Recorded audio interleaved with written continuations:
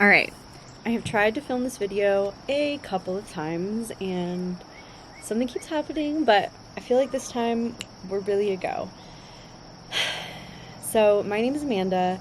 I do somatic-based healing and coaching for people pleasers, codependents, empaths. I have a really big focus on attachment work, and over on my Instagram, I have been talking more lately about the codependent narcissist dynamic, which is just popular right now in the collective. And a lot of people were asking me like essentially the same question, and I thought it would just be great to film a video, just really going deep on it.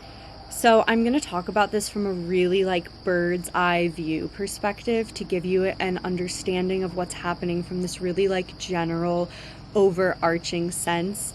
The way that this manifests in your actual individual life is going to be so nuanced though, and there's honestly things that I might say that might trigger you, or you might even just be like, nah, that's not me.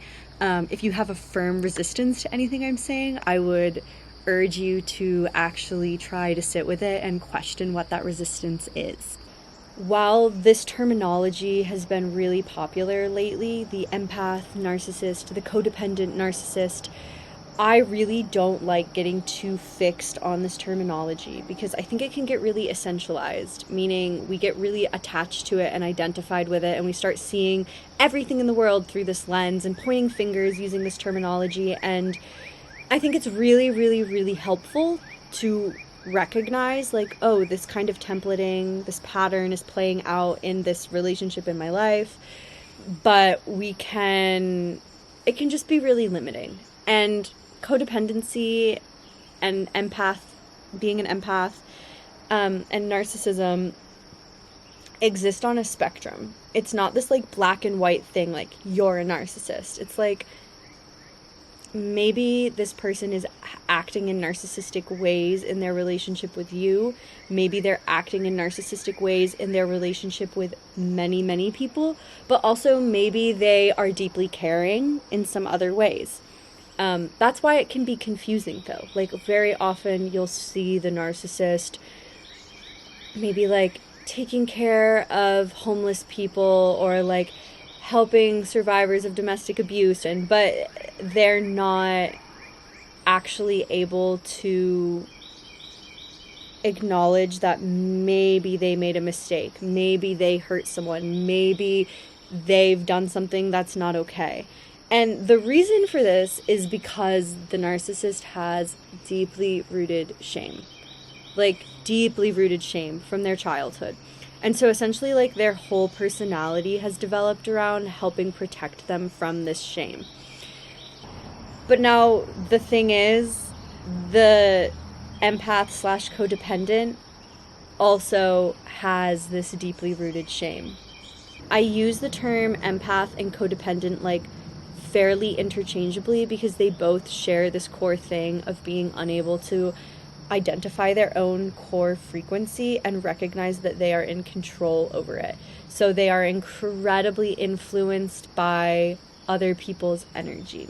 But it's this shared frequency of shame that attracts these two beings to each other. Like the universe is always seeking wholeness and balance, and our psyche is always seeking integration. And so when one person is expressed in the ways you have repressed, your subconscious sees that as like, oh, a mode of possible integration occurring. The empath / codependent and the narcissist are polar manifestations of the same core wound of deeply rooted shame. And it's a shame that leads you to believe that as you are, you can't get the love that you really want because there's something like inherently wrong with you. And so both the empath / codependent and the narcissist manipulate in order to get their need for love and connection met. But they manipulate in these like polar opposite ways. The narcissist's way of manipulating is more expressed and aggressive or defensive, maybe demeaning. And so it's more obviously recognized, which makes it really easy to point fingers at the narcissist. But the empath / codependent is also manipulating, just in a more subtle, covert way. So I'm trying to think of an example of this. The most common one is the alcoholic and the codependent. The empath/codependent needs the narcissist because the narcissist is protecting them from having to feel this deeply ingrained shame of unworthiness by just like being a presence in their life. And so because of that, the codependent/empath will do whatever the narcissist needs in order to keep them around. So in the common example with the alcoholic, they'll literally be giving the alcoholic the drink in order to like manipulate them to stay. But it's really subtle, right? Because it's so easy to be like, well, they're the alcoholic, they're the problem. And it's like, yes, their alcoholism is a problem, but the codependent is literally enabling it. And maybe they're doing it in a more covert way than actually giving them the drink. Maybe they're like cleaning up after them or like helping them pay their bills. Like they're enabling it in some way that actually doesn't truly feel good for the codependent. But typically the codependent is so disconnected from what they actually feel and what they actually need that they can't even like fully tell that for themselves, that it doesn't feel good. And if the empath/codependent is able to feel that what they are doing for the narcissist doesn't actually feel good, they fear the narcissist leaving so much that they're unable to actually express that.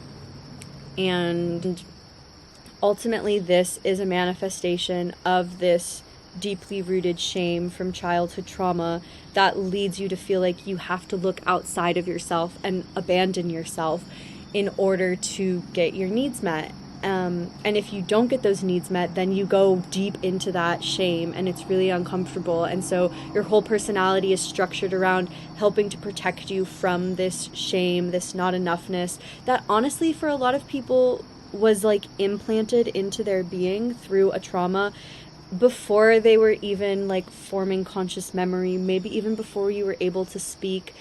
And so you don't really like your personality is just so formed around this shame that you don't even fully realize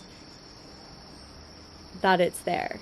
And protecting yourself from feeling that shame is such a natural, it's second nature at this point. But these relationships happen between the empath/codependent and the narcissist as it's an opportunity for both parties to wake up to their pain rather than recapitulating through it and perpetuating the cycle. It's an opportunity for both parties to wake up to what they are doing and to realize that they actually don't need to manipulate in order to get that love that they've been trying to get. Yeah, so this was me hardcore. I was totally the empath/codependent. I was unable to feel the line between where I ended and the other person began. And a lot of it is because my survival was so wrapped up in the other person. And so why this happens for people, like where this empathicness is formed, like I said, it comes from like, I'm going to say really early childhood developmental trauma, but it could be like later in life kinds of things, but it usually comes from having to depend on someone else for your survival at a potentially really young age, who is chaotic, lacks empathy, maybe has really explosive anger, really unpredictable mood swings, really just for some reason is unable to be there for you. So that affects your sense of safety in like being in your own energy and makes you feel like for the sake of your survival, you need to constantly be looking externally to scan for what energy, what mood your caregiver is going to be in. Essentially, like you didn't get all of your needs met, maybe physical needs, maybe emotional needs, maybe both. And so you learned that in order to get those needs met, you have to leave yourself and look for them in another. And this is incredibly intelligent. It's a survival strategy that probably worked for you really well as a young person. But if you try to bring this into your adult relationships, it's going to be chaos, and there's going to be no boundaries, and you're going to end up getting really hurt. So the first step in healing as the codependent is becoming really aware of all of the super subtle ways you are manipulating in an attempt to get what you want and be liked.